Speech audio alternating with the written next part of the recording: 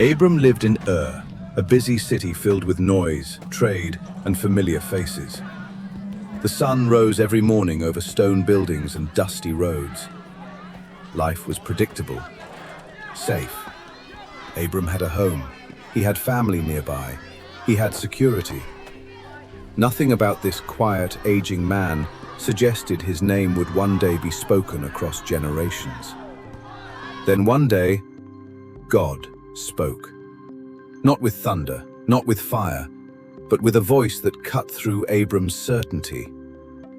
"Leave your country," God said. "Leave your people, leave your father's household, and go to the land I will show you." Abram stood still. No destination, no map, just a command. Then came the promise. "I will make you into a great nation. I will bless you. I will make your name great. And through you, all the families of the earth will be blessed." That night, Abram sat in silence. The fire crackled beside him. Sarai noticed the weight on his face. She knelt beside him, placing a hand on his shoulder. "The servants say you've been staring at the stars for hours, Abram. What's troubling you?" Abram looked at her, his voice trembling slightly. "God spoke to me, Sarai." She waited, the firelight dancing in her eyes. "He told us to leave." Sarai blinked, looking around their sturdy home. "Leave where? To Haran? To the mountains?" Abram swallowed hard. "He didn't say, only that he would show us." A long shot of the couple silhouetted against the fire. There was fear in the unknown, but there was something stronger, trust. And at 75 years old, Abram made a decision that faith would always remember. He obeyed. The journey and the famine. The caravan moved slowly. Camels groaned. Tents were packed and unpacked. Dust clung to their clothes as they traveled toward a promise they could not yet see. Step by step, Abram followed God. He took his wife, Sarai, his nephew Lot, and all his wealth, his livestock and all the people he had taken into his household, and headed for the land of Canaan. When he finally reached Canaan, God spoke again. "To your offspring I will give this land." Abram knelt on the soil and built an altar with his own hands, stone by stone, a place to remember.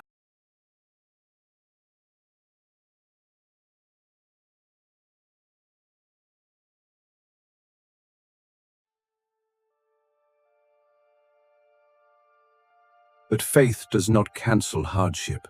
Soon, the land dried up, crops failed, hunger crept in.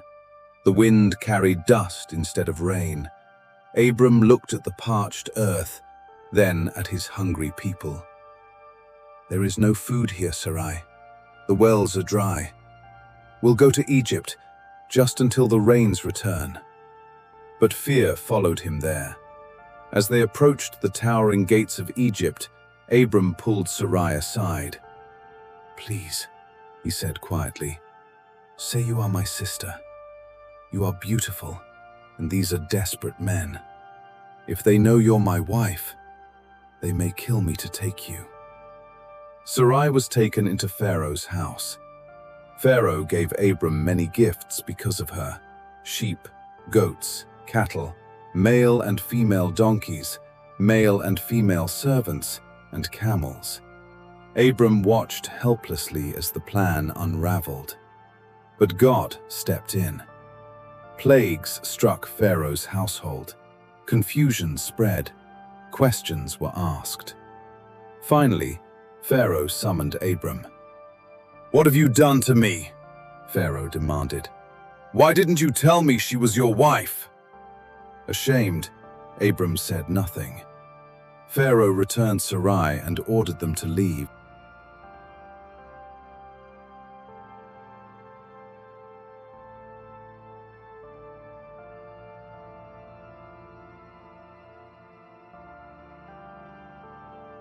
Abram walked away, humbled, alive only because God remained faithful even when Abram faltered. Back in Canaan, Abram returned to the altar. Once again, he called on the name of the Lord. As time passed, Abram and his nephew Lot became very wealthy. Their herds grew large, their tents spread wide. But the land could no longer support them both. Arguments echoed across the fields.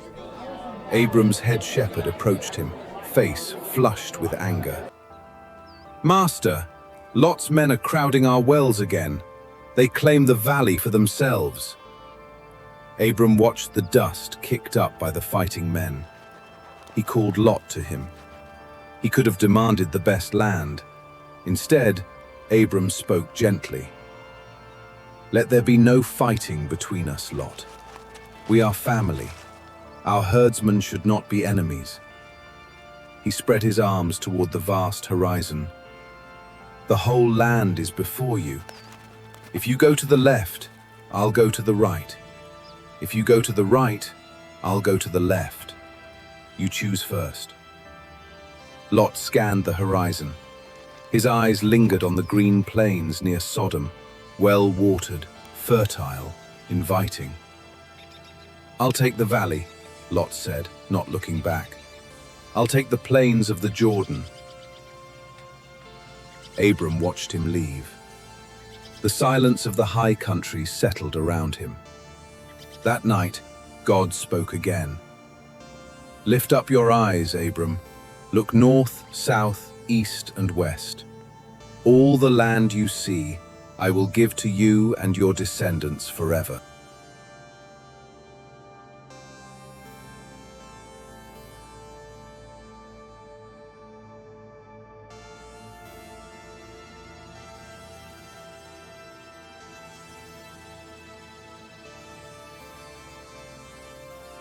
Abram built another altar. No bitterness, no regret, only trust. War soon followed. Kings rose against kings, cities fell, and among the captives was Lot. A messenger ran to Abram's tent, breathless. "Abram, the kings of the east have swept through the valley. Sodom is fallen, and Lot has been taken in chains." Abram didn't hesitate. He didn't wait for a sign. "Ready the men," he commanded. He gathered 318 trained men, servants, shepherds, fighters. "Move silently. We strike at the crest of the hill." By night they advanced. Shadows moved, steel clashed, the enemy fled. Abram rescued Lot and everyone else who had been taken.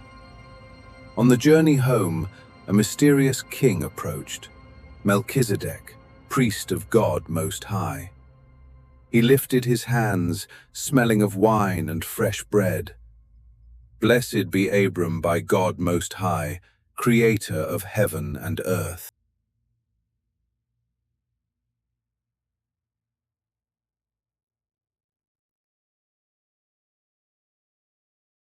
Abram bowed and gave him a tenth of everything.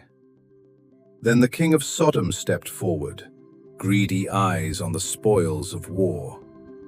"Take the riches, Abram. You won the battle. Just give me back my people." Abram shook his head, his voice like iron. "I have sworn an oath to the Lord. I will take nothing from you, not a thread, not a sandal strap, so no one can ever say you made me rich." Abram's trust was clear. His blessing came from God alone. Abram returned to his tent that night, victorious, but still waiting. No child, no nation, only a promise. Yet Abram had faith. Faith to leave comfort, faith to trust through fear, faith to choose peace over power. And because Abram trusted God, his story was far from over. Soon, God would make a covenant. Soon, Abram would become Abraham. Soon, a promised son would be born. And one day, that faith would be tested like never before. This story reminds us that faith is not about having all the answers. It's about taking the next step, even when the road ahead is unclear. And when we trust God like Abram did, obedience can set miracles in motion.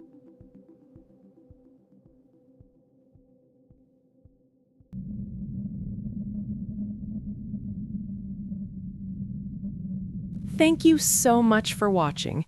If this story blessed your heart, please like, share, and subscribe to the channel so we can continue sharing God's Word together. I'd love to hear from you.